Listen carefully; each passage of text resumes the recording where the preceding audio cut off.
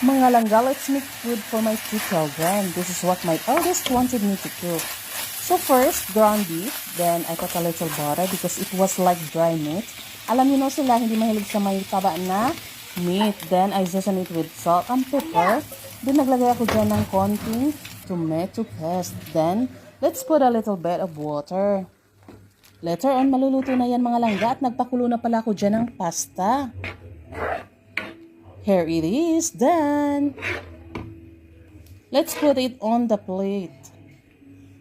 My youngest one needs to be a different plate. You know, because it will break.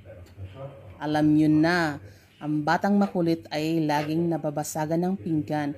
Kaya ito na nga mga langga, luto na. Ready na yung dinner nila.